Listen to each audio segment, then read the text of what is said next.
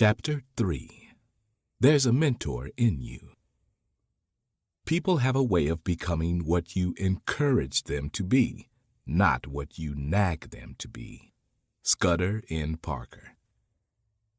I still remember very clearly the day when I arrived at Quahana Motivational Boot Camp. It's a 6-month program, kind of like a military-style boot camp, run by the Pennsylvania Department of Corrections. I had no idea of the positive impact I was about to experience. The sound of the bus pulling through those gates, the smell of the Pennsylvania air mixing with institutional concrete, the weight of knowing that this place would define the next 6 months of my life, all of it is stored in my memory with a clarity that only significant moments produce. I remember waking up at 5 a.m. to 2 correctional officers screaming at the top of their lungs, "Get out of your bunk beds! Your training is starting now! We're going to break you down and build you back up. Fall out! You have 3 minutes to make your beds as a team."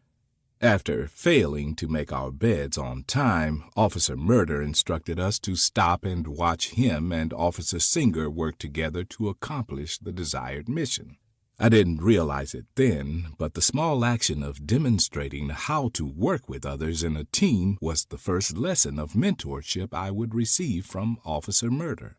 He always amazed me with statements like, "You should plan to live off 70% of your income and save the other 30%. None of this was part of the boot camp curriculum, but it was important for Officer Murder to have us think about financial freedom. His small action of sharing his knowledge about financial freedom still lingers with me today. During my time at boot camp, my days were incredibly challenging and physically demanding. The grueling routine required me to wake up at dawn at 4 a.m. to be ready for work. Once I started the day's tasks, I had to push my limits physically, completing rigorous physical fitness exercises that tested my endurance and strength. It was exhausting, and I often felt drained and overwhelmed. However, during the chaos and weariness, a moment in the evenings stood out to me the most. During this time, Officer Singer would take out his book of positive annotations. This simple act had a positive influence on me.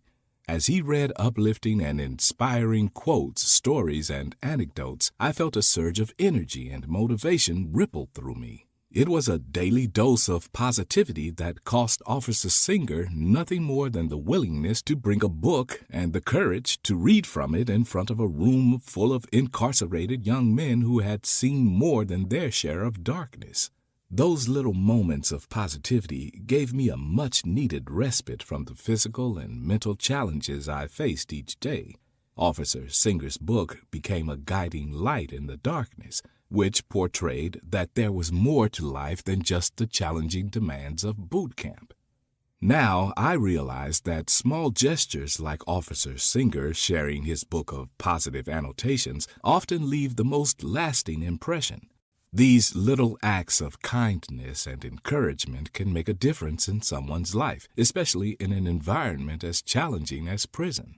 They remind me that we are not alone in our struggles and that there is always a source of inspiration and support if we seek it out. Now, years later, I still carry the memory of those evenings with Officer Singer and his book of positive annotations. It taught me the power of uplifting others and the importance of finding sources of positivity, even in the most challenging situations. Through Officer Murder and Officer Singer's mentorship, my journey toward redemption truly began the day I was finally released from the confines of Quahana Motivational Boot Camp. It was September 23, 2005, when I stepped out into the world beyond the state prison. I realized that I had lost everything I once possessed: my material belongings, my sense of self, and my place in society. It was an overwhelming moment, but it also showed me that there is always a ray of hope at the end of the tunnel. With just enough money to purchase a ticket, I boarded the Greyhound bus that would take me on the first leg of my journey to a halfway house in Philadelphia. Physically, I was at rock bottom, my body and spirit worn down by the harsh realities of prison life. But mentally, I had come to understand that life was not defined by the things we own or our mistakes, but rather by the collection of experiences that shaped us and also how we stand up after the fall.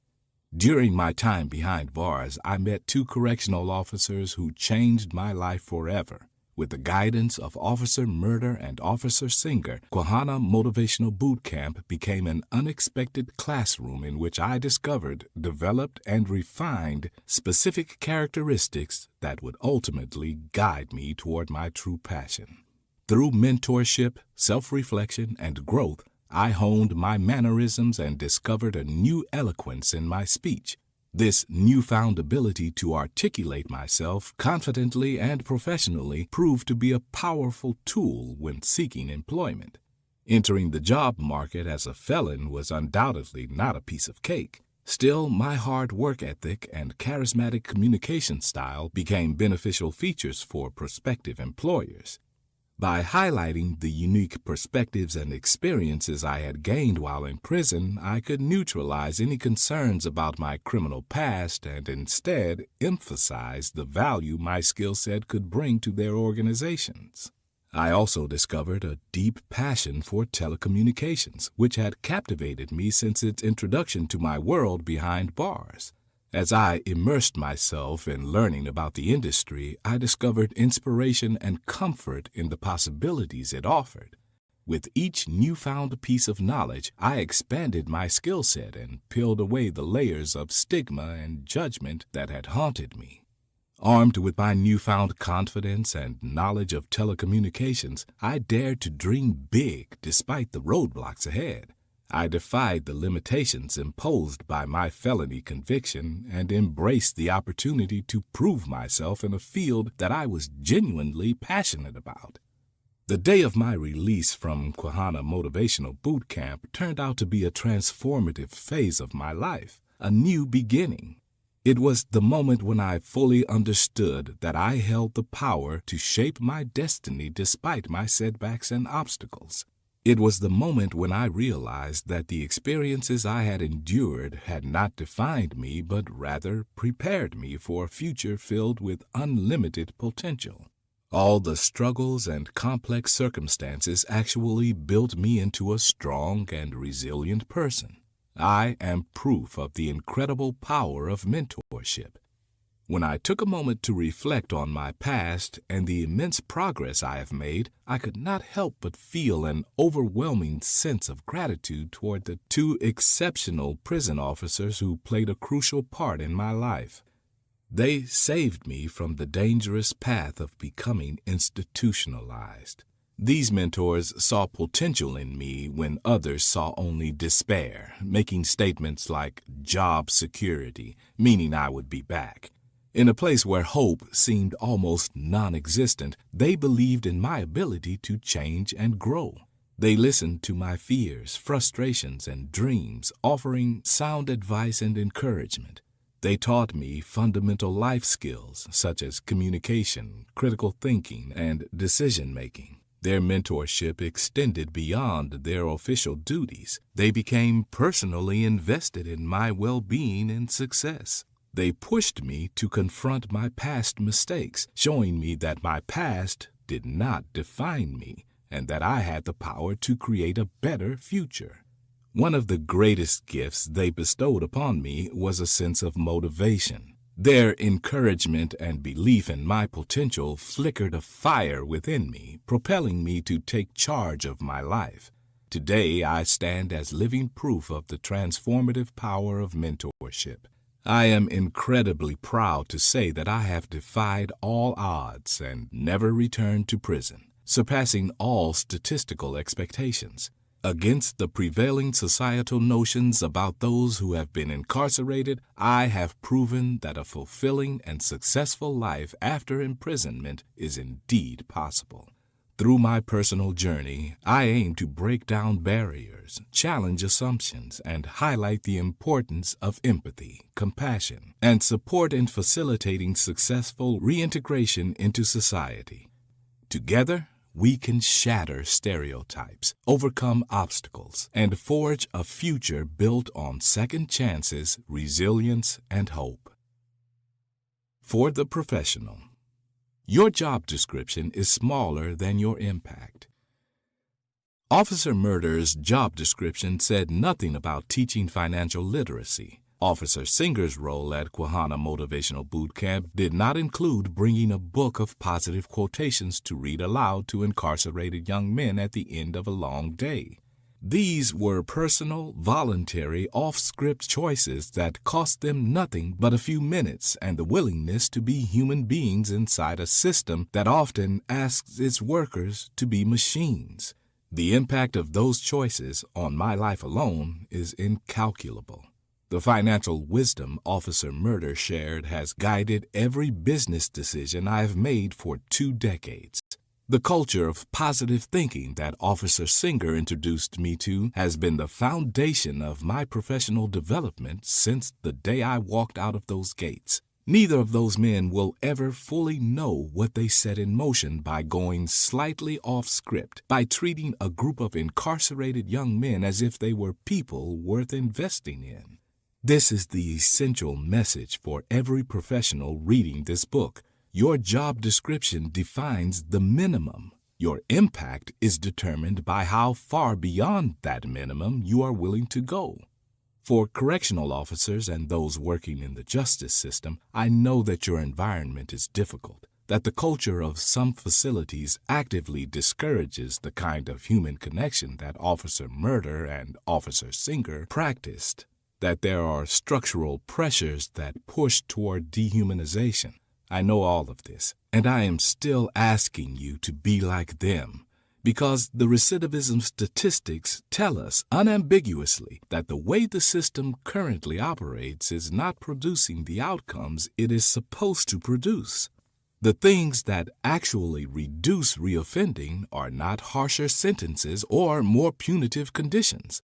They are the things that Officer Singer and Officer Murder provided: skill building, positive relationships, a sense of hope about the future, and the belief that the person inside the facility is still a person worth investing in. Going off script, sharing a piece of wisdom, reading an uplifting quote, offering a genuine word of encouragement is not a deviation from your professional duty. For people in crisis, it is your professional duty, even when no one has put it in writing. For teachers, the student who is clearly heading toward the juvenile justice system, the one who is already in contact with it, is the student who most needs you to go off script, who needs you to find the interest, the gift, the connection, who needs you to say, in the way that Officer Singer said it through his book of quotations, "There is more to life than what is in front of you right now, and I believe you are capable of reaching it."